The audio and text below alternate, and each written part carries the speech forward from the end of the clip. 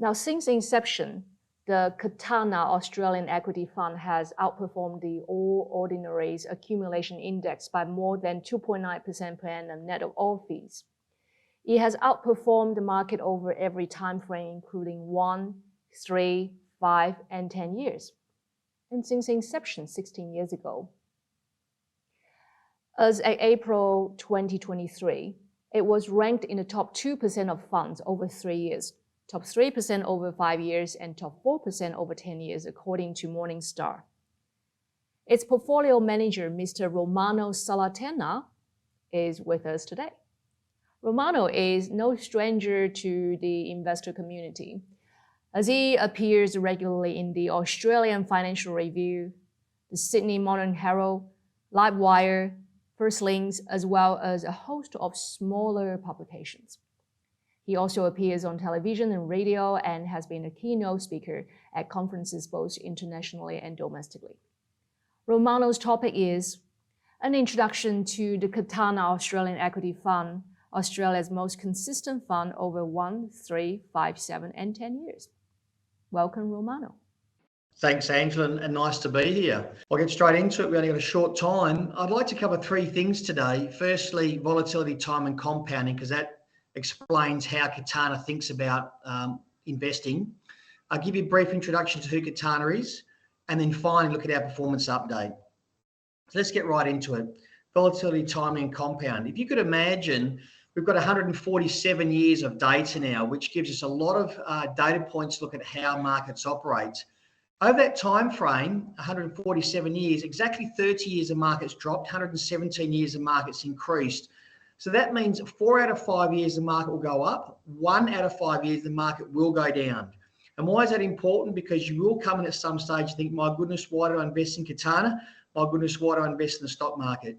We want to make sure that people understand that volatility is a part of investing in the markets, the price you pay for a seat at the table.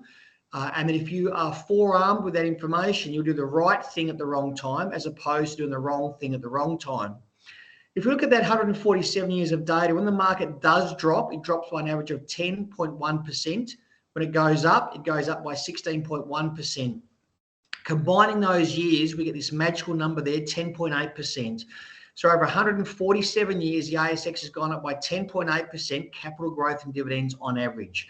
So really important to understand the context in which we're investing.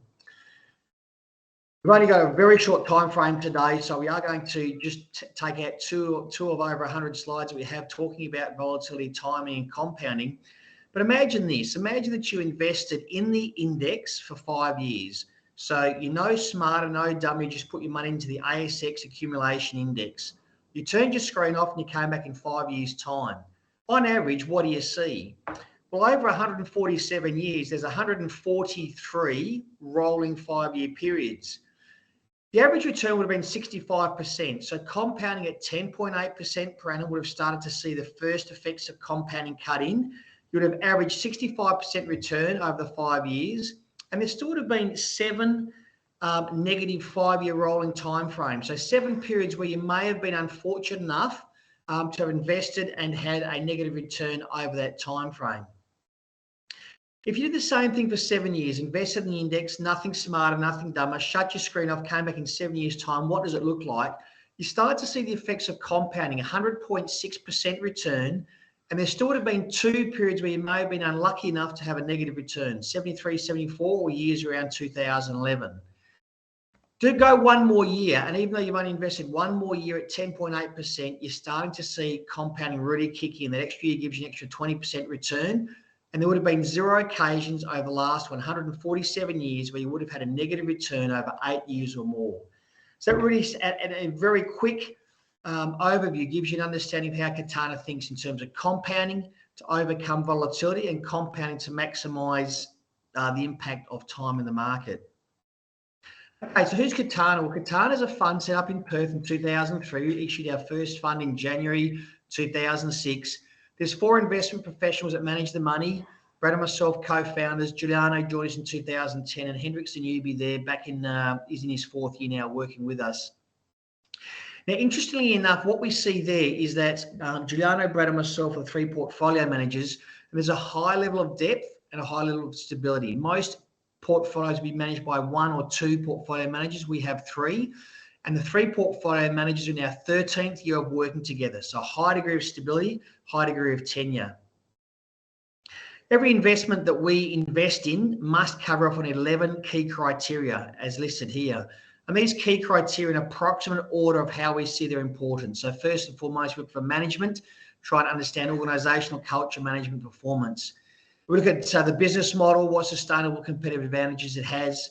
We look at value and growth, macro, sentiment. We look at balance sheet, earnings. You know, if you said to me, what's our big learning over the last 15 years?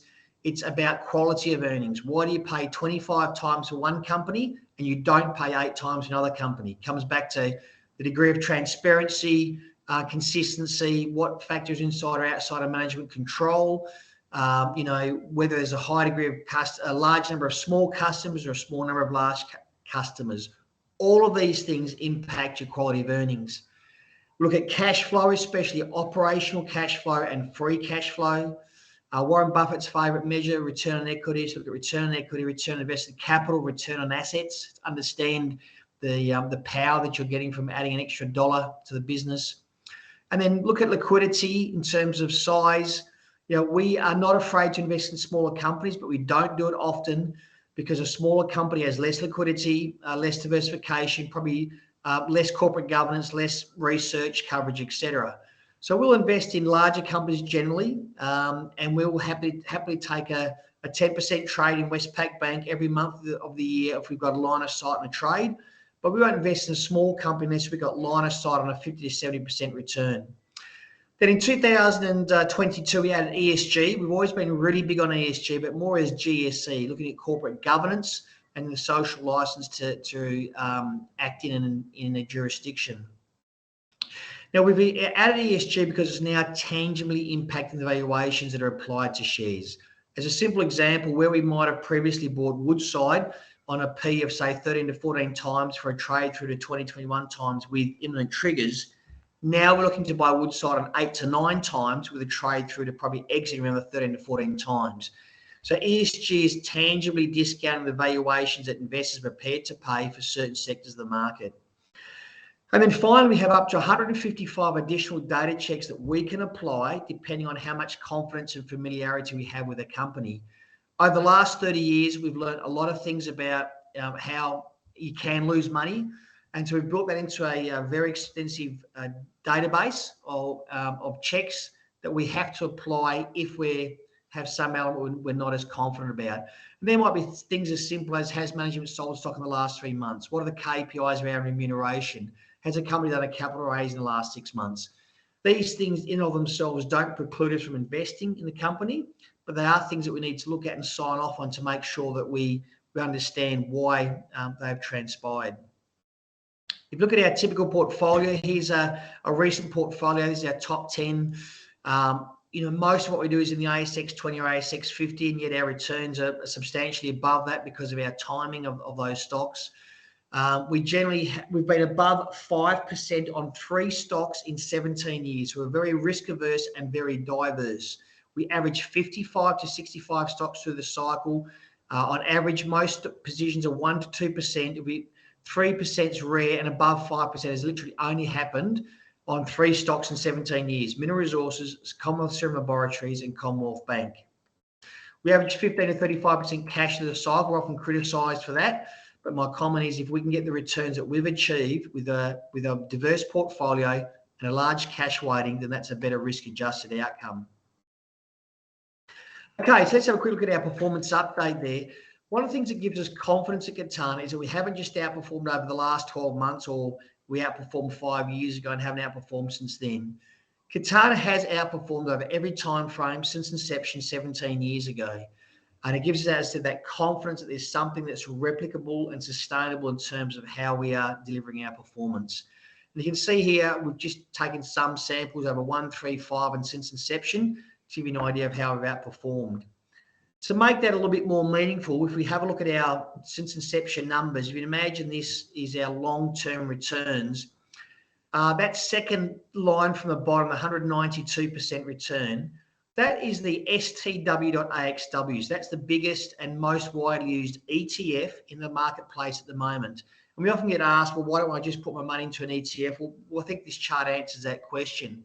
If you invested in the STW.AXW ETF, since inception, you have 192% return. Over the same time frame, you'd have a 402% return investing Katana net of all fees. So quite a substantial increase as we compound, an extra 2.7 to 2.9% per annum over the long term. We start to see the impact that has. Now, there's different ways you can blow a fund up, and we've been saying for 17 years that we're a lower risk fund. We've got the data now to prove that. But why do we say we're a lower risk fund? Well, first and foremost is no gearing and no derivatives. They're the two big ways that you can potentially blow up a fund. We have a high diverse portfolio, as I mentioned, 55 to 65 stocks. We have a high cash weighting, 15 to 35% through the cycle. High quality stocks, every stock must go through a defined process and check off on very clear criteria before it makes it into the portfolio. And the third way you can potentially blow up a portfolio is to have unlisted investments, as you saw during the GFC. Everything we invest in is ASX listed. There's no offshore exposure. There's no offshore currency or whatever else. It's all ASX listed investments. There's no short selling. Again, that can add a high level of risk to a portfolio. And finally, and this point's very, very important, there's the highest level of alignment. The management team own over 20% of the funds under management. So capital preservation is at the forefront of everything we do. We are not going to invest this money to get a performance fee or to try and get a spectacular return. What we're about doing is ensuring we preserve our capital and then get the best risk-adjusted return we can, given that our capital is going to be here in the next 12 months. I said we've got the data now to start to support this. Over the medium term, when the market drops, we outperform the index 83.3% of the time, and by an average of 1.34% per annum. So if you suspect we're heading into a more volatile period, then downside protection becomes as important as upside performance. And you can see here that we've got a very high level of downside protection, outperforming 83.3% of the time in down markets. And I think that's especially important for advisors. It's hard to sit in front of a client and say, hey, we've lost, the market's down 10%, but it's even harder when you say the market's down 10%, but your portfolio is now down 12%. Just pulling some data off Morningstar. This is the most recent data we've got. The June numbers aren't through Morningstar as yet. 31st of May, you can see here that over 3, 5 and 10 years, we've substantially outperformed our peer groups. You can also see here that if you look on the right-hand bars there, you'll see that and the data's just slightly changed, but over the 3 years, we're in the top 4% of managers, over 5 years, the top 3% of managers, and over 10 years, the top 3% of managers as per the Morningstar database. So we're arguably Australia's most consistent manager, and you've probably never heard of us. Morningstar put out quantitative ratings over 3, 5, 10 years and overall. They're the only 4 periods they do that. We've got a 5-star rating over all 4 timeframes. We have a high investment grade rating or superior rating with SQM. And in 2022, we received one of 10 Star Manager Awards given out of a starting field of around about 10,000 funds. So as you can see, we're starting to get some recognition for our consistent performance, and we hope that they'll continue over the coming months and years. So Angela, that's a very brief overview. Did you have any questions you'd like to put to us? Thanks, Romano. Yes, I do have a question for you.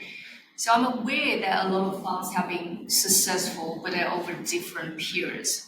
Your fund is a bit different. Your fund has been successful over all time frames for more than 17 years. That's a long-term record. So what's your secret?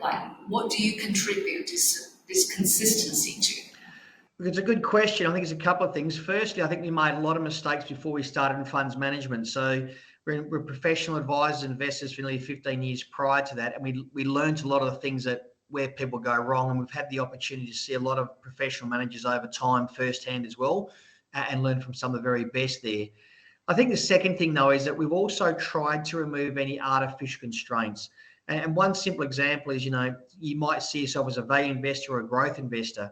Well, I think in the Australian landscape, you don't have the luxury to be a value investor or to be a growth investor. growth outperformed for 10 years, values outperformed for the last 2 years. We've outperformed all the way through.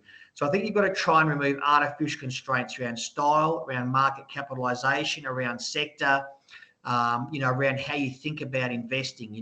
Not be restricted to looking at the index. Obviously, we need to mark our performance to the index so people can see how we've performed, but not to restrain or restrict your thinking to say, hey, the banking sector makes up 25% of the market, therefore the default position is 25%. Our thinking is the banking sector makes up 25% of the market. Our default position is 0% unless we can come up with a reason why we think the banking sector will outperform. It'll have genuine alpha above and beyond the market. Thank you, Romano. It's great to see you today, and thank you for the presentation and the Q&A. Take care.